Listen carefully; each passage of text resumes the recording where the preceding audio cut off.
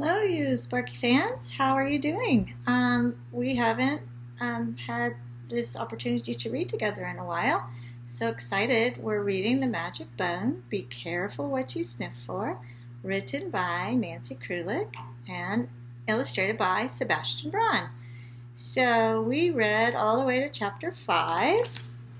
We are going to start reading today on chapter 6. And we know that Sparky is now in a London pound because the bad man enticed him with the bone and snatched him up, threw him in a van, and threw him in the pound. He is in the pound with 3 tough bulldogs and then one other dog that kind of stays in the corner. And they all think that Sparky has a bone because he mentioned the bone. And Sparky thinks they're talking about his magic bone, but they are talking about the bone that the man gave him. So anyway, let's continue reading Sparky, about Sparky and the magic bone. Be careful what you wish for. Chapter 6. The bulldogs can't be right. I can't be stuck in this pound in London. I have a 2-leg who loves me back home. I have to get back to him. Bam! I throw myself against metal bars, trying to break free. The bars are strong, but I'm not giving up. I take a running start, and then bam! I bang myself against the bars again. Bam! That puppy's crazy, Barnaby grumbles. Look at him bouncing around. There he is, trying to get out. There's a metal fence. He keeps bumping his head against it. He's definitely full of beans, Bruiser agrees. I'm not full of beans, I bark back. I haven't had any beans since that time I ate Josh's hot dog and beans off the table. That didn't go so well. My rear end was tooting all night long. Toot, toot, toot. Bulldogs laugh at me, but I don't care. I have to get out of here. I throw myself up against the bars again. Bam! Stop banging on those bars, Bruiser snarls at me. It's time for my afternoon nap. You don't want Bruiser to miss his nap, Barnaby growls and bares his teeth. He gets really nasty. I can't imagine how much nastier Barnaby or Bruiser could get, and I don't want to find out. The only thing Bruiser doesn't get mad about waking up for is food, Barnaby tells me. The Bulldog boys will do anything for food, Barnaby says. So I wouldn't be expecting any kibble today, kid. It's all for us. I'm not going to argue with Barnaby. He's so big, and his teeth look very sharp. So I go over and I sit with little Watson. He's not so big, and he doesn't seem so mean. Hi, I stammer nervously. I'm Sparky. Hi, Watson answers. He gives me a little smile. I can tell he's trying to make me feel better. The Bulldog boys don't know what they're saying, Watson assures me. You'll get out of this place, okay? You're a puppy. 2-legs love to adopt puppies. I've seen it happen before. It's grown-up dogs like me that have it rough finding a new home. But I don't want a new home, I tell him. I want my old home with Josh. I don't know about that, kid, Watson tells me. Once a 2-leg drops a dog off at the pound, he usually doesn't want him back.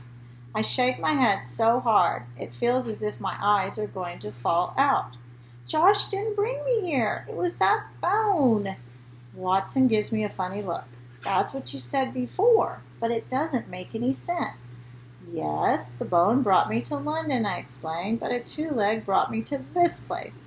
A bone brought you to London, Watson repeats. I don't think he believes me. I was digging in my yard when I found this shiny, smelly bone, I explained. I took a bite and kaboom! The next thing I knew, I was in London. There he is, talking to Watson. Watson scratches his head. with his back paw. A magic bone, he says slowly. I've heard of chicken bones and turkey bones and steak bones, but never a magic bone. Are you sure that's what happened? I nod. Watson scratches his ear. Well, he says slowly, it seems to me that if that bone is what brought you here, it's probably the only thing that will take you back. My tail thinks that makes sense, too. It starts wagging wildly. Yes, I yelp excitedly. All I need to do is go to get my bone and take a bite. That makes my tail droop. But my bone is out there, I tell Watson, and I'm stuck in here. I've got to get out of this place right now. Here he is excited. And then here he is when he remembers where his bone is. He's drooping. I've seen dogs escape, Watson tells me. I've even tried it once or twice. Only trouble is they always find you, and then you wind up right back here. I won't. If I can get my bone and go home before they find me, I say. Where is your bone? Watson asks. It's buried under the tree near the big sign with the duck on it, I tell him. Where's that? Watson wonders. Well, it's, uh-oh. This is bad. I'm not sure, I admit finally, but I know it's near that big house where the queen cat lives. The queen cat? Watson looks very confused. The corgi said that the queen lives in the house, I told him. You mean the Queen of England? Watson laughs. I think you're talking about Buckingham Palace. I know where that is. Then you can help me find my bone. I'm going home. Whoop-hoop. My tail wags happily. I reach back and I try to grab it, but my tail plays keep away. Tricky tail. It has me spinning in circles. The three bulldogs open their sleepy eyes and grumble. Shh! Watson warns. Then he frowns. I'd like to help you, kid, but the two legs around here get mad when you run away. They punish you when you get back. They give you a flea bath. I'm confused. They bathe you in fleas? I ask Watson. No, Watson says, they bathe you to get rid of fleas. Even if I help you get home, they'll still find me.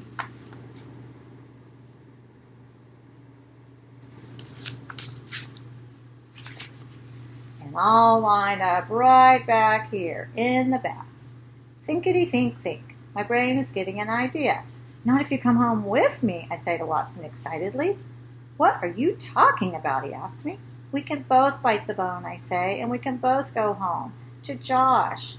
Now it's Watson's turn to get excited. That's a great idea. Bruiser opens one eye and growls.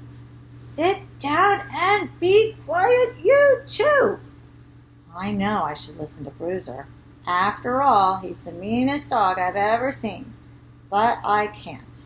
I'm too excited to sit and be quiet, because Watson and I are going to do something. Bruiser and Barnaby and their friend never will. We're getting out of here. We're going home. That's the end of chapter 6. Do you think that Sparky is going to get out and escape and take Watson with him back to Josh? I predict that Sparky is going to get out. I'm just not quite sure how that's going to work. So I want you to think about something for me. I want you to think, how could he get out of that pound? What could he do? Do you have a plan in mind? Think about it. I know you are so creative that you'll think of something to get Sparky out of that pound. Now, remember, I miss you so much, and this is my opportunity to give you that virtual hug. We can't be together, but I can think about you like I do all the time, and I can send you a virtual hug. So why don't you watch while I give you the virtual hug. Are you ready? I'm going to give you a big one, a big squeeze. I might even give 2 today. Ready? Oh, squeeze, squeeze, squeeze, squeeze, squeeze. 1. And squeeze, squeeze, squeeze, squeeze, squeeze, squeeze. There's 2. I just gave you 2 virtual hugs. And I want you to remember that there are so many wonderful things about yourself. You are amazing. And remember, we learned some things that we can say. I can't exactly remember the order, but I'm going to try. I know that I am smart. I am kind. I am honest. I am brave.